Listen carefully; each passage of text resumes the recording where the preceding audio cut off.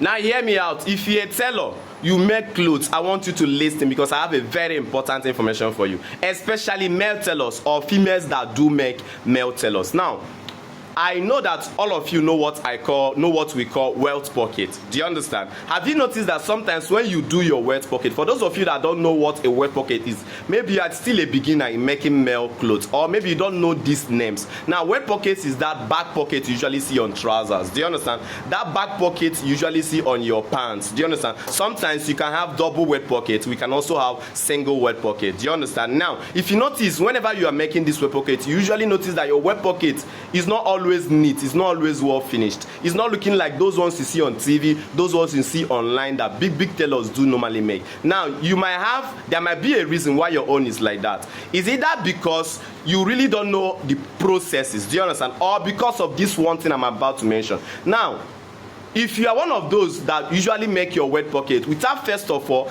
applying any type of interfacing on the material, then you are wrong. Now, what do I mean by this? Now, sometimes you see a lot of us when we want to make our welt pocket on that material which you are going to be putting that welt pocket, you are supposed to use an interfacing. What I mean by interfacing is things like gum stay, do you understand, hair stay, cloth gum, etc. You are supposed to first of all increase the texture, increase the thickness of that material, do you understand, make it a little bit more thin before you start marking and applying for that particular welt pocket. Remember, when we are making a welt pocket, we usually use scissors to notch like a triangle in order to make sure we form that welt pocket. Now, let's say for example the material you are using now, you did not put any interfacing on top of it, and that material is the type of material that likes to fray. You guys understand what I mean by fraying? It likes to fray. Sometimes when you cut, you start seeing parts of the material, especially all these original cuttings. Now, let's say you have such material and you did not put an interfacing on your material. Now, do you understand what it means that when you finish notching your welt pocket and it starts fraying, it's never going to come out very well. So what I'm saying in this particular video is that for those of you that don't add any interfacing on your material,